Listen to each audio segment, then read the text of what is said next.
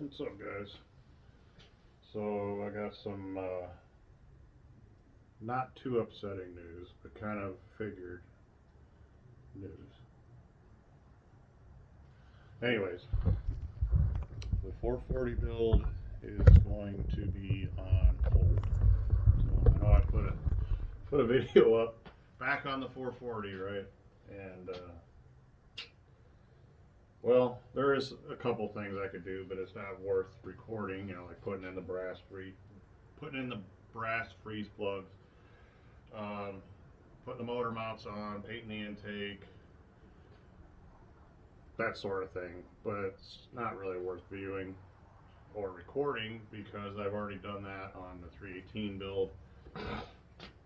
I'll probably just do that off camera, and then once I get the push rods in, we'll go from there. Or I'll just wait till I get the push rods.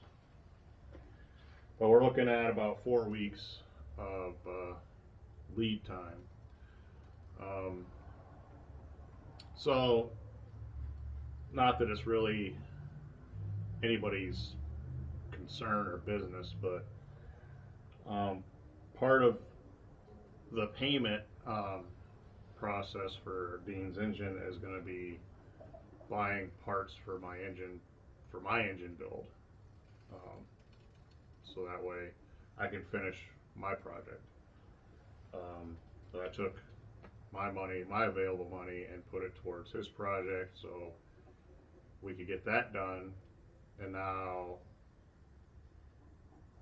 I'm short. So the reason I'm saying that is I'm waiting on Dean to order the push rods for me. So once they're ordered, then it'll be 4 weeks. So it's probably going to be Monday um, before they get ordered. And they're going to be Smith Brothers push rods. They have a very good reputation. They're going to be custom made to what I need. I'm not going to have to go searching for through a catalog. They are familiar with different makes and models and what each one requires. Coffee burp, sorry. So they already know that what Mopar push rods require, and also they're able to answer a question for me. Will 5/16 push rods, rather, not rockers, will the 5/16 push rods be adequate enough for this hydraulic roller? And his answer to that was an emphatically yes. You don't need anything larger. Um, the 5/16 push rods that they're going to use is an 080 wall thickness. Or they're talking about the thickness of the push rod, because basically push rods are hollow, and then they put either oil through ends on them or solid ends on them. And so basically, they're the stock ones are 040, so it's going to be double the thickness of the stock ones.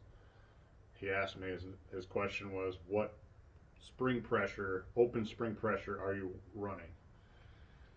And I told him mid 300s. I didn't have the figures in front of me, so I was like, man, mid 300s. And he's like, yep, don't need anything bigger than 5/16, which is good news. And I don't know if anybody takes my word for anything, because I'm not anybody. But I was always under the impression that you need 3/8 push rods. Like, you need the beefiest push rod that you can get, because you don't want to bend that thing, whatever, blah blah blah. Well, the problem with that kind of thinking is you're adding unnecessary weight to your valve train, and when you add the stainless steel rockers, they're much heavier than the factory stamped steel rockers, and so there's added weight there. But if you want the adjustability, you're kind of either stuck with stainless steel. You can get aluminum. Um, I've never worked with aluminum rocker arms, because honestly, I've seen broken ones, not in person, but I've seen that that's an issue, and I don't want that issue ever in my life. Um, Quick little side story. My neighbor, who lived across the street from me when I was, first getting into Mopars and stuff, he had a pretty good built 440 that he had the stock valve train in, and he had punctured the rocker, the stamp steel rocker. The push rod just went right through it. And I was like, man, I never want that to happen to me. So that's why I ended up going with, for the car you're sitting on right now, the Coronet. That's why I went with roller rockers for that. Really didn't need it. It's just a 509 cams, nothing radical. But he ran a 509 in his 440, and he had punctured, and I didn't know. So basically, in a nutshell, all these factory parts are wear items, and they have a cycle life. And the end of the rocker arm gets worn, especially on both ends, I should say, and they can wear out depending on the mileage and how many cycles they've been through, and how aggressive you were with your factory stuff. I didn't know that at the time. I just figured they're bad, don't use them. But that's not true. If you have a fresh set, and they make them new, they should be just fine. They're lightweight. A lot of die-hard Mopar guys like those. They rather shim them and get custom push rods than to deal with roller rockers because of the weight. Remember I was talking about the weight? You want a nice, light valve train so it moves fast, high RPM. Okay. Like I said, I'm nobody, I'm not an authority on this stuff. This is just what I've learned, what I've seen, what I've heard. So take it for what it's worth.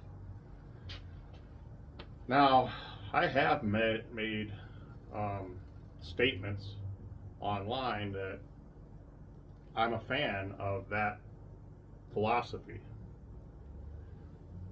And so the reason why I didn't go with that, with these hydraulic rollers in this build, wasn't because I don't practice what I preach or believe in, I believe in it, but not enough to do it for put it into my life.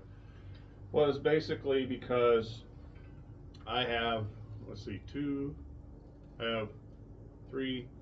four sets. I have 4 sets of factory rockers, the whole complete shaft, and with all the rocker arms on. All of them are worn out.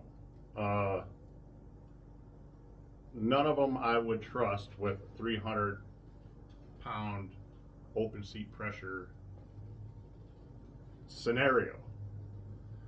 So that's why I made the decision. Well, these PRWs are very affordable. I mean, you could go with 440 source as well. I think they're even cheaper. And this was before they reintroduced the ductile, which is based off of like the factory adjustable rocker arms. They're like a ductile iron, whatever, I guess. I don't know. They didn't have them available at the time. The only options you had was stainless steel, aluminum, or steel rocker arms, basically. So I went with the cheapest. David Vizard, not the cheapest, but David Vizard had made a video where he said that PRW rockers are more than capable of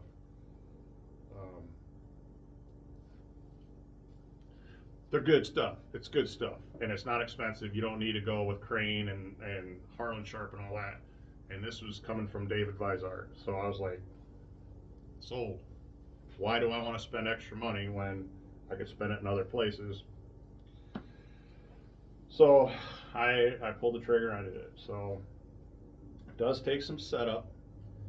You've seen it in the videos, and you have to read and understand things, whereas I think I have a touch of dyslexia when it comes to that sort of thing. Like, I have to read things 3, 4, 5 times for it to really sink in and make sense to me. And that's unfortunate, but that's just how my brain works. I'm more of a see it kind of person, and that's why I like videos and YouTube so much. Anyways, that's besides the point. So I don't even know where I started with this whole video, but bottom line is this is going to be put on hold. So I'm going to start working on the Coronet, this beauty here, and it's definitely on the rattier side. And the things that I want to get accomplished with this,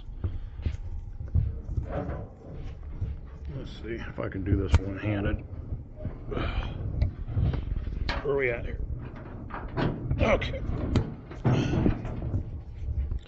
Things I want to get accomplished with this, time being of,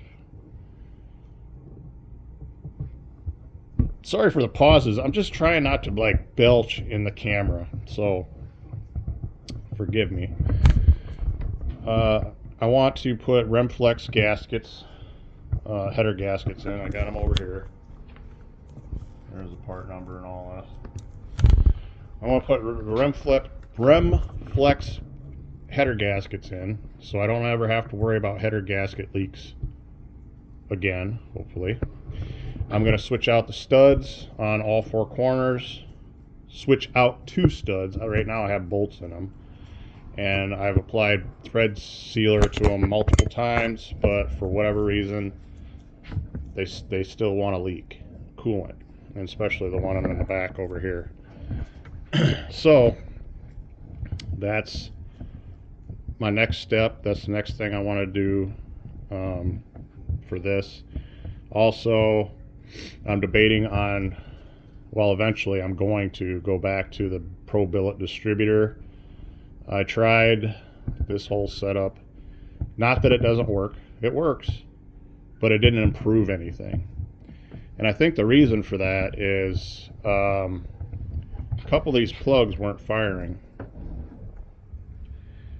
This is my left bank in order. So we have 1 through 7 here, and you can see, I don't know if you can see or not, but not too bad. Wet, smells like gas. Wet, smells like gas. And same as cylinder 1. So I'm thinking these 2 weren't firing. I do have an AFR gauge on this, and as a matter of fact, it was reading, it's down there, you see it right there in the middle. As a matter of fact, it was kind of reading on the lean side, if anything. So there's no reason why those should have been wet. So I'm going to put a new fresh set of plugs in there and go from there. Hopefully my wires aren't bad. These have little to no miles on them. These are like a brand new set of plug wires that I got from Mancini a long time ago that just never got put on anything. So so hopefully they're not bad. I think they either wiggled off or I never got them totally snapped onto the plug. I'm hoping that's the issue. Otherwise, there's other things I got to look at. The cooling situation, I'd like to improve it. I'd like to ditch the flex fan and go with um, a clutch type fan with a shroud. I'm not really a fan of this cross flow radiator. I put it on there. I bought it. It's not like I can blame anybody for putting it in. It was my decision to put it in there. But it really just kind of gets away from the look that I want for this car. I kind of want almost like a pro mod. I don't know. I don't like it. Okay? We'll leave it at that. And not only that, it doesn't cool this engine off that well. I'm sure it's because of the lack of a shroud. And finding a shroud that'll work for this, I'm probably going to have to custom make one, to be honest. But I'm not going to worry about that until I have the fan set up. Now, I tried using the clutch fan that came off of the charger.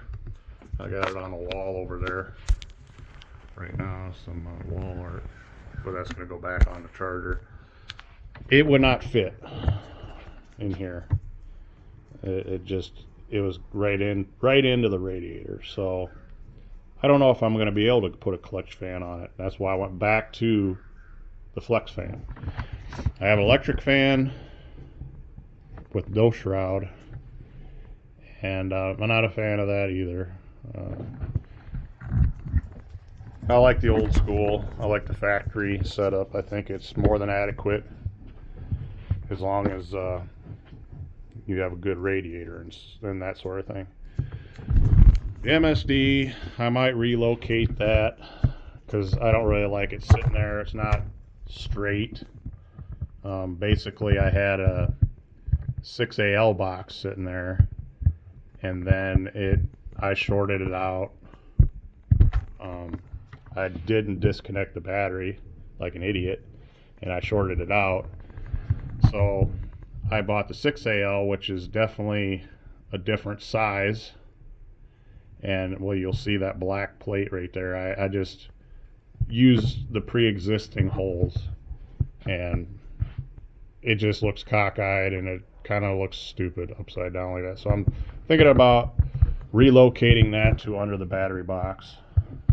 Make it look not much cleaner. I'm also debating on whether I want to paint this engine bay. So this car was originally bright red. I really like the color of the original color, so I'm thinking that eventually I'm going to go back to that. Now this car originally had red exterior with brown interior. It had a bench seat. I added the console. That color on the dash there, that's the original color of the interior, which I think is pretty cool. I don't know if I'm going to go back to that color, only for the fact that it's going to cost quite a bit of money to reupholster these seats and all that in that color. Plus I've already bought and paid for new door cards that are black, and I don't know, I guess I could dye those. I don't know, we'll see. But I like the original color combo better than what I've got. Now this probably was a sharp car when it was painted. They used some Bondo here in the quarter, and it's chipped out, split and chipped out, and then this, you can see where I sanded it a few years ago. But I really was really on the fence of putting on a skin, just reskinning it, but I'm not sure if I'm going to go to that extreme. Definitely need to fix this window channel. It's not like rotten all the way out to here, but I can stick my finger in there and you can see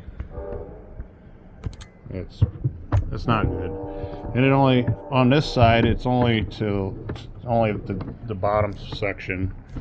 Over on the passenger side, it's a little worse. It kind of comes up into this area. I think they just stuffed it full of butyl to try to seal it. Right here, it's worse over here, and that actually caused the trunk to rot out. So I have a full trunk pan. Actually, it's a 2-section trunk pan. I wish I would have spent the money and got a 1-piece trunk pan, but I didn't. And I've actually had it for quite a few years, and I've just been ignoring the trunk floor, but it really needs to get done. It's bad. It's pretty bad. I got a bunch of stuff in there, so I can't really show you that right now. So that's really what the plan is. I've got an original spare windshield that isn't really much better than this, other than it doesn't have a crack in it, but it does have a bunch of delamination going on, where this one doesn't. It doesn't have any fogging. It would have been a nice windshield if it hadn't had cracked all the way across. So I don't know, I might just buy a new windshield for it. And with these cars, in order to take the dash out, you have to remove the windshield, because underneath this gasket is where the bolts are, or screws, whichever, to take the dash out. So you have no choice but to pull the windshield if you want to pull the dash out, which I want to do. And I want to, probably not going to get to it this year, but I want to pull the dash and replace the wiring harness, and maybe replace the board on the gauge cluster. We'll see. But this car needs quite a bit of work to get it to where I want it. Actually, which I probably need to uncover this at some point, but this one I don't think needs as much. It just needs the engine and the transmission put back in and the suspension put back in. But all the pans are good. I did replace a couple floor pans in it a few years ago before COVID, and I redid the interior. And but other than that, it's solid. It had a pretty good sized dent right here in a fender that I pulled out pretty well, or knocked out pretty well. Can hardly tell it was there. It was there. And it's got some weathered paint. I did put, and I'm debating on whether I want to put on the,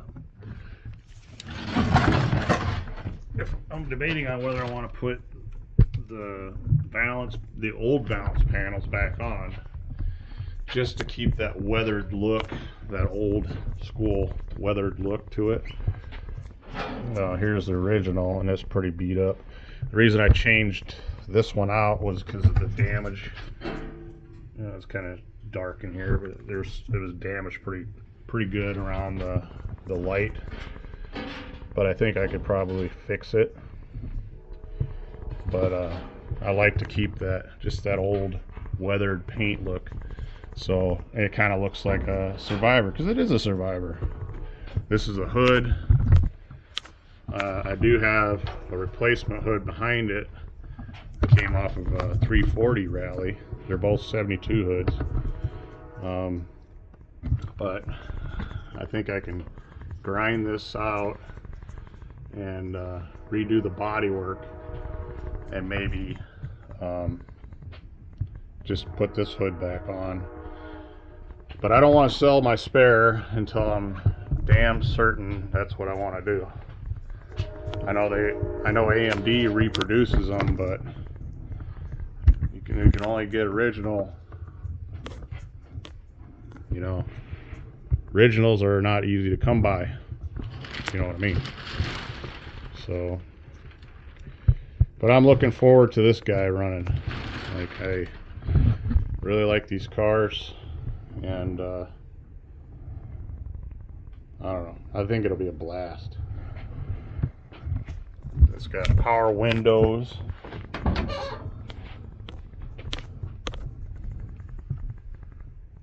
Brand new, fresh interior. New carpet.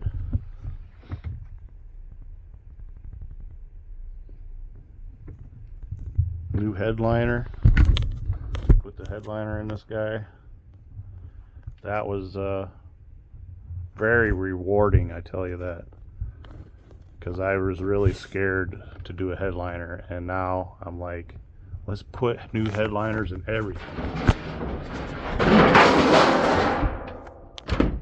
There it goes. Good thing it's weathered, right? Crash! Alright. Talked enough. I'm gonna let you go. Rockin' Mopar.